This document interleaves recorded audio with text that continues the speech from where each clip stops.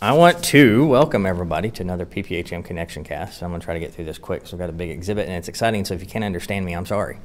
But we are in an exhibit called Will James. It's from the A.P. Hayes collection, and wow, that's all I can say. So we've got the curator with it, which is Michael Grauer, and we're just going to let him kind of walk us through the exhibit. Howdy, folks. The important thing to say is that this is the most important Will James collection in private hands. There are two major collections of Will James. The other one's at the Yellowstone Art Museum in Billings, Montana, and it does not travel, so you'll have to go to Montana to see it. This particular exhibit will be here into the third week of September. It's the finest collection of Will James work in private hands. There are 95 works of art, plus at least an equal number of pieces of ephemera, including copies of every single one of his 27 books, his Winchester carbine, his pocket knife, his dog tags from World War I, and all kinds of other things that relate to his career, Connolly Brothers saddles, that kind of stuff.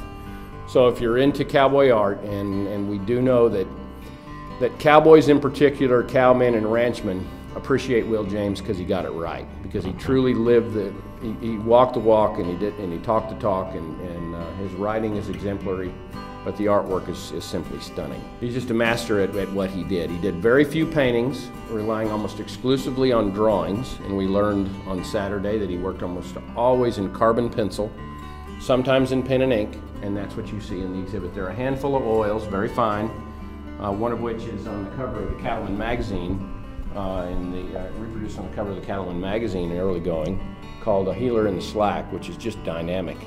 But at the same time, there are things such as letters to Charlie Russell, whom he idolized, examples of pieces that were used in his most famous book, Smokey, that was eventually made into at least 3 Hollywood films, one in '34, again in '45, and then the most recent in '66 with Bess Parker in the starring role. And that's what we have examples from virtually every one of his books, including frontispieces, cover pieces, that sort of thing, as well as illustrations that he did for other authors.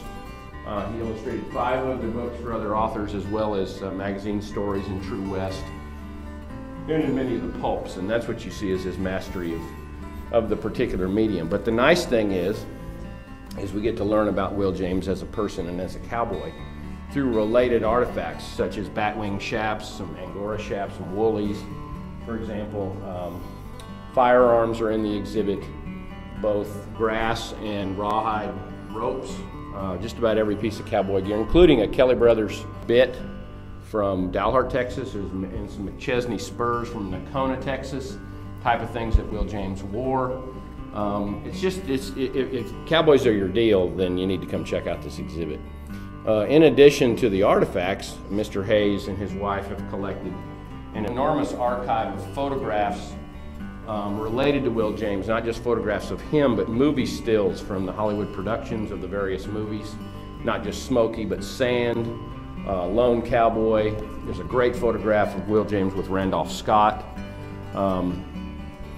illustrated letters, a Stetson of the type that he used to wear, which is the Tom Brown. Even though he wore different kinds of things, he did wear the Tom Brown style.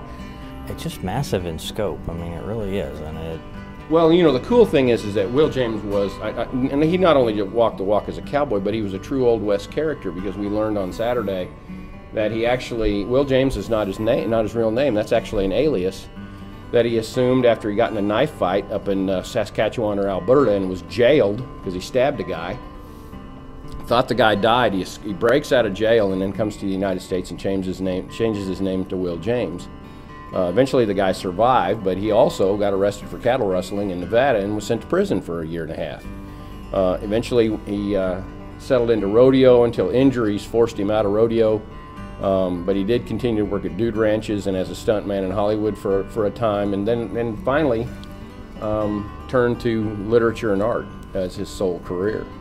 The other thing is we don't mince any words. Will James was an alcoholic and eventually died of cirrhosis of the liver. And he died at the young age of 50. Addiction is a terrible thing, and in this case, it took one of our most brilliant artists. It's just an amazing exhibit.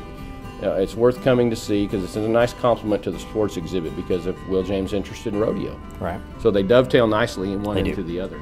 I haven't been, I mean, we've done some good art exhibits here. I haven't walked into one yet. like this one where you walk in and it's just like, wow. Yeah.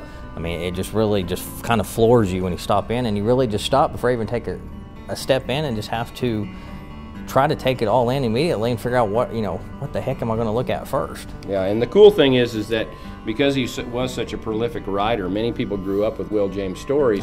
And if you come see the exhibit, you can actually take home a little piece of Will James with you, because we're offering many of his books for sale in the store. So you can catch up where you left off when you were a kid, reading Will James stories, and continue to read them, and as I said, take a little piece of Will James home with you. If you have any questions about this, you can give us a call at 806-651-2244, or you can visit us on the internet at www.panhandleplains.org, and we hope that you will all come make your own connection.